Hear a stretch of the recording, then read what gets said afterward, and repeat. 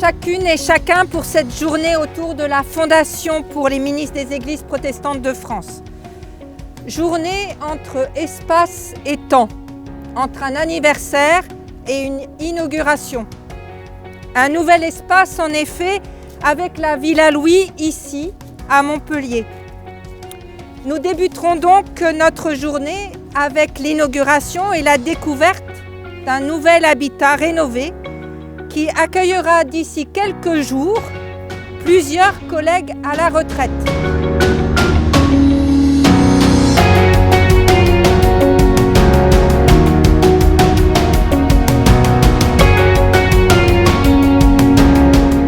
Les propriétaires sont venus vers nous quand ils ont eu l'idée de mettre en vente leur maison.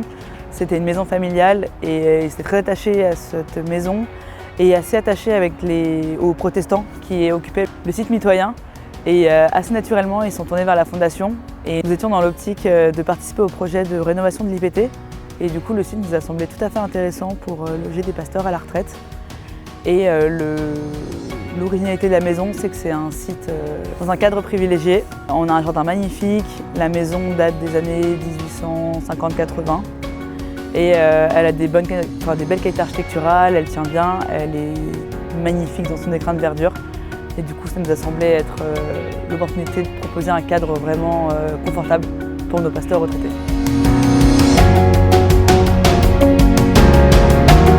Alors, on a rénové la maison, donc c'est 3 plateaux qu'on a divisés en 2 appartements. Donc entre 70 et 80 mètres carrés chacun des appartements. Et donc il y a 6 pasteurs qui pourront y loger.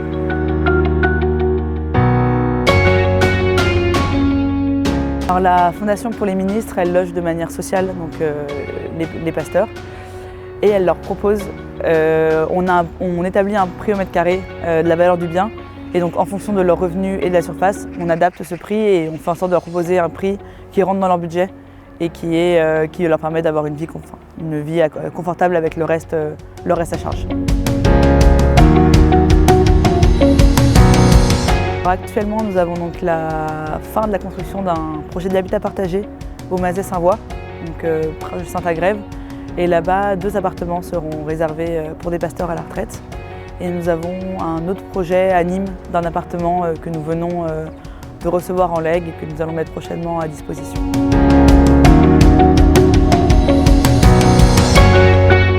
On a la volonté de pouvoir proposer des logements, donc appartements ou maisons, dans des secteurs différents, soit en ville, soit un peu excentrés. Et en fait, en concordance entre ce qu'on voudrait en termes de représentativité, c'est aussi en fonction de ce que des personnes nous donnent en legs ou des opportunités qu'on a dans le monde protestant. Et donc c'est un peu en fonction de ces 2 critères qu'on juge si un bien vaut la peine ou pas de rentrer dans le patrimoine de la Fondation.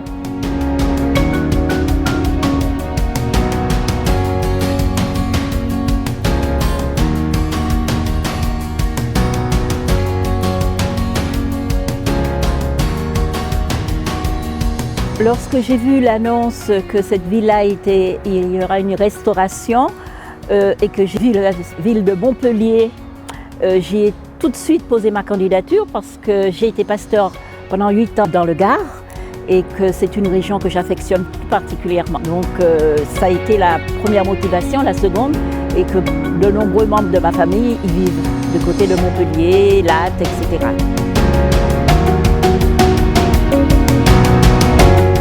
Alors oui, j'ai eu la chance ce matin de pouvoir visiter l'appartement qui me convient à tout point de vue, qui a une vue superbe sur un beau jardin. Je suis très heureuse de savoir que je vais pouvoir y vivre.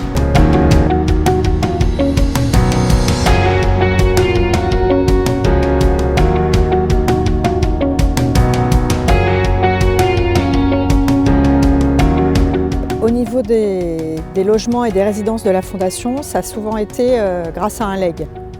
L'exception de Montpellier qui est un achat, les autres précédemment, ça a vraiment été des dons et ça a été l'occasion de refaire entièrement ces endroits et de se dire ça pourrait être pour des pasteurs retraités. Où ça a été un petit peu différent, c'est à Royan, où en fait c'était la paroisse qui avait un presbytère d'été, mais qui était en très mauvais état. Et le choix a été fait de le raser et de faire un programme entièrement neuf avec une maison d'été pour les pasteurs actifs l'été bien sûr et 4 logements pour les pasteurs retraités.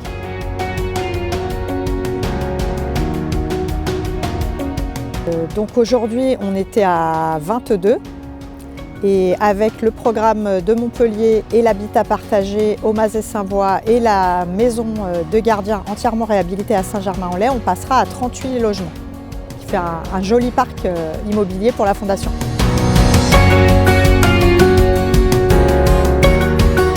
Donc là, moi, je suis là depuis 6 ans. Je n'ai pas vu forcément de liste d'attente ou qu'il y ait trop de demandes, puisque maintenant, ce qui se passe, c'est que les pasteurs qui ont un conjoint ou une conjointe qui travaille ont des revenus plus suffisants qu'avant pour pouvoir se loger. Donc il se trouve qu'on n'a pas plus de demandes qu'il y a de logements. Mais là, c'est un peu drôle aujourd'hui avec cette visite extraordinaire qu'on a eue ce matin, c'est que j'ai eu des personnes qui sont venues me demander, qui peut-être habitent déjà quelque part, mais qui ont un changement de vie, qui sont déjà en retraite et qui demandent. Voilà. Après, quand on entre en matière avec la personne, on fait un dossier avec son avis d'imposition, puisqu'on pratique des remises sociales pour ces logements. En fonction des revenus du foyer fiscal, on peut bénéficier d'une remise entre 30 et 60% sur le prix du loyer tel qu'il est calculé au départ. C'est vraiment compétitif pour eux.